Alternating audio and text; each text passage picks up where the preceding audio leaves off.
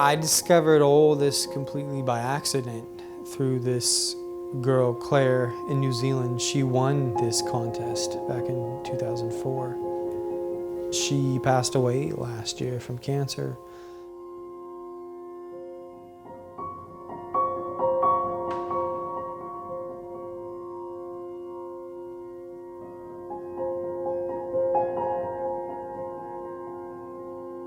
You meet one person who causes a domino effect, and then the domino effect stops, and it makes you think about, you've been doing this for so many years in a row, and you reach a point where it is a contest, but do you have to win it to be fulfilled? And the answer is no, because from point A to point B, which is now, I've learned a whole lot, and I've met so many people, and if it wasn't for this, I'm sure I would have been doing other things, but not to this extent over the past 9 years.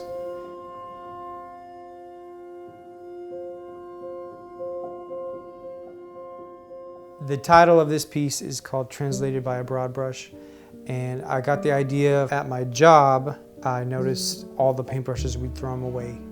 So I started to ask my coworkers, hey, can we save them? I'll make something out of them. So whether it was a brush with silicone or resin or different acrylic paints, we'd let them dry out. And I had 3 or 4 coworkers saving them for me for about a year.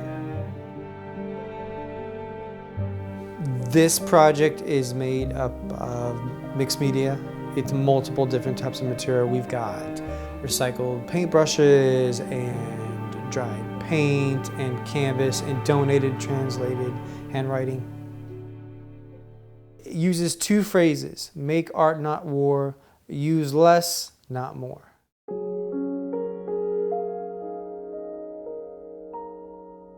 I have so many friends that speak more than just English. So I talked to them, either met them in person, or if I could meet up with them in person, they sent me a photo of their handwriting, and I used their handwriting as a stencil. What's really important about this is I could have just gone to Google Translate, but I consider that cheating. It has to have some type of interaction, and that makes it kind of hand done and worthwhile.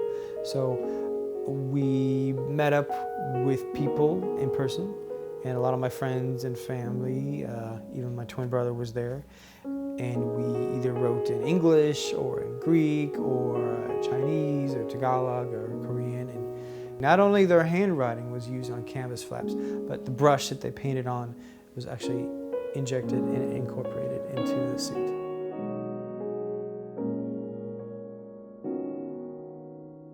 I reflect back and I look at the things that I've done, and each one is kind of like a time capsule of what was I doing that year or that time. They kind of really are like time capsules throughout these couple months or this half of the year. And for the past couple years, I knew that this point was approaching, and not with like apprehension or anxiety, but to the point where it kind of like a relief and a release at the same time, but well worth it. It gave me a chance to get back in touch with some people I hadn't seen for half of my life, college professors and friends and even family and people who live in different parts of the world. This kind of brought in worldwide a lot of the good people in my life. That kind of is more important and better than anything looking more interesting, more beautiful here on out. If you've ever gone to a party or a concert or a really great vacation and you had a really good time and you say, oh, I want that again, and you try to do it again, it's not going to turn out the same. You can't forcibly recreate what happened so effortlessly and so easy. You can't redo it on purpose the next time. It's just not going to happen. So that's why this feels like the best stopping point to happen now, with what I've been doing the past 9 years.